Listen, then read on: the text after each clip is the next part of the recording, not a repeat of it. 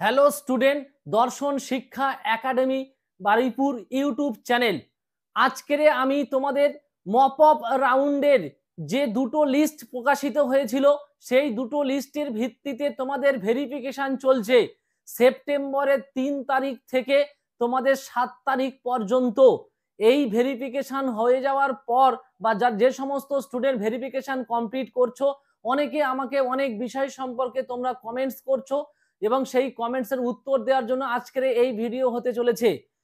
আর যে সমস্ত স্টুডেন্ট আমার চ্যানেল নতুন, প্রত্যেককে বলবো যে তোমরা সাবস্ক্রাইব করে রাখো আর আমার চ্যানেলটি তোমরা বন্ধুদের মধ্যে বেশি বেশি করে শেয়ার করে দেবে।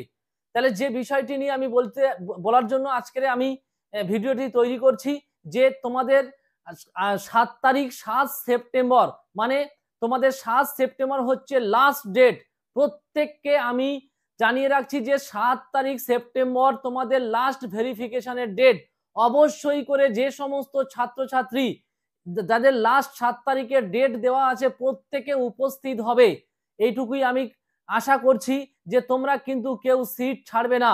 কারণ একবার সিট ক্যান্সেল হয়ে গেলে কিন্তু সেই সিট আবার ফিরে পাওয়া কিন্তু খুব কঠিন সাধ্য ব্যাপার, ঠিক আছে। আর যে 7 তারিখের পর থেকে প্রত্যেকটা কলেজে অ্যাডমিশনের জন্য তোমাদের পোর্টাল ওপেন করা হবে। তাহলে কি বললাম যে 7 তারিখের পর থেকে, সে 8 তারিখ হতে পারে বা 9 তারিখ হতে পারে, তোমাদের কলেজে অ্যাডমিশনের জন্য পোর্টাল ওপেন হবে। এই পোর্টাল ওপেন হওয়ার পরে যে ডাইরেক্ট কলেজে অ্যাডমিশনের জন্য অ্যাপ্লিকেশন করতে পারবে সেই বিষয়ে তোমাদের বিস্তারিত তথ্য বা আজকের বেশ কিছু বিষয় নিয়ে আলোচনা করব। যে অনেকে কমেন্টস করছো যে স্যার আমার ভেরিফিকেশন কমপ্লিট, আমি কলেজে 2-1টা ক্লাস করেছি বা 1 সপ্তাহ ক্লাস করেছি, আমার কলেজ পছন্দ নয়, আমি কি কলেজ চেঞ্জ করতে পারবো?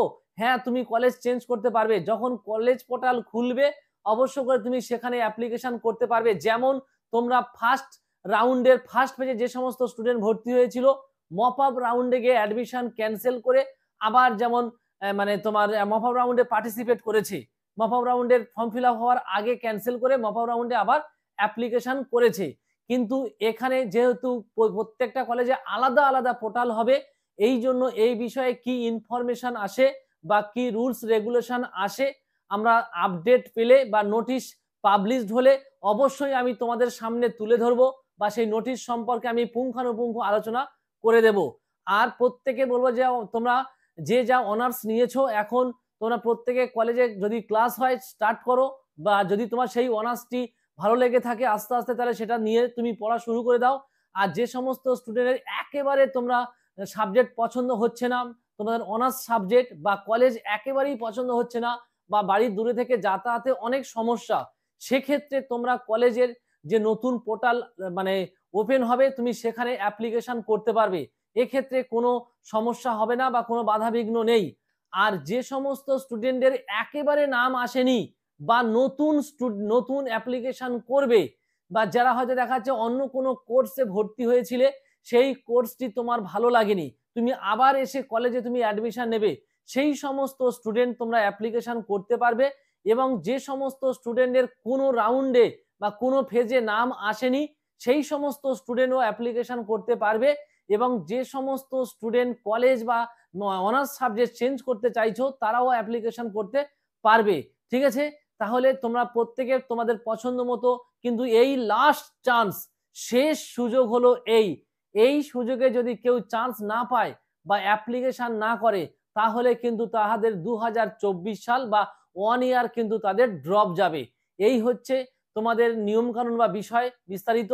আর আমি প্রত্যেকটা সাবজেক্টের আপডেট নিয়ে আসবো প্রত্যেকটা ভিডিওতে, ঠিক আছে। আলাদা আলাদা সাবজেক্টের আলাদা আলাদা ভিডিও নিয়ে আসবো, কোন সাবজেক্টে কি মার্কস ক্যাটাগরি আছে বা কি সিলেবাস আছে সবকিছু বিষয় বলবো। কিন্তু সেই বিষয়টি ক্যালকাটা ইউনিভার্সিটির আন্ডারে যে সমস্ত ছাত্রছাত্রী আছে তাদের জন্য, আমি যেহেতু ক্যালকাটা ইউনিভার্সিটির ছাত্রছাত্রীদের মানে পড়াই, সেই বিষয় সম্পর্কে আমি তোমাদের তথ্য দেব।